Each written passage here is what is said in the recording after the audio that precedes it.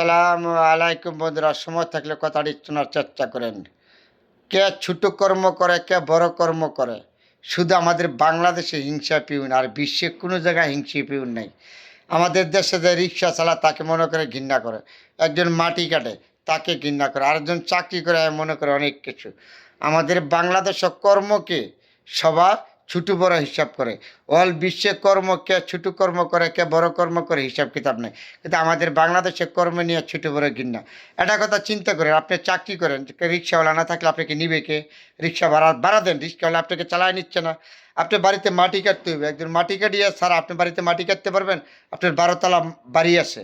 তাইলে আপনি জেনে রাখবেন, কর্ম কখনো ছোট না, কর্মকে কখনো ঘৃণা করবেন না, কর্ম সবার থেকে সম্মানে রাখবেন। শুধু আমাদের বাংলাদেশে কর্মকে ঘৃণা করে, ছোট মনে করে, অল বিশ্বে কোনো জায়গা না। আমরা কর্মকে সবসময় সম্মান করব, ধনী গরিব সবাইকে আমরা সম্মান করব।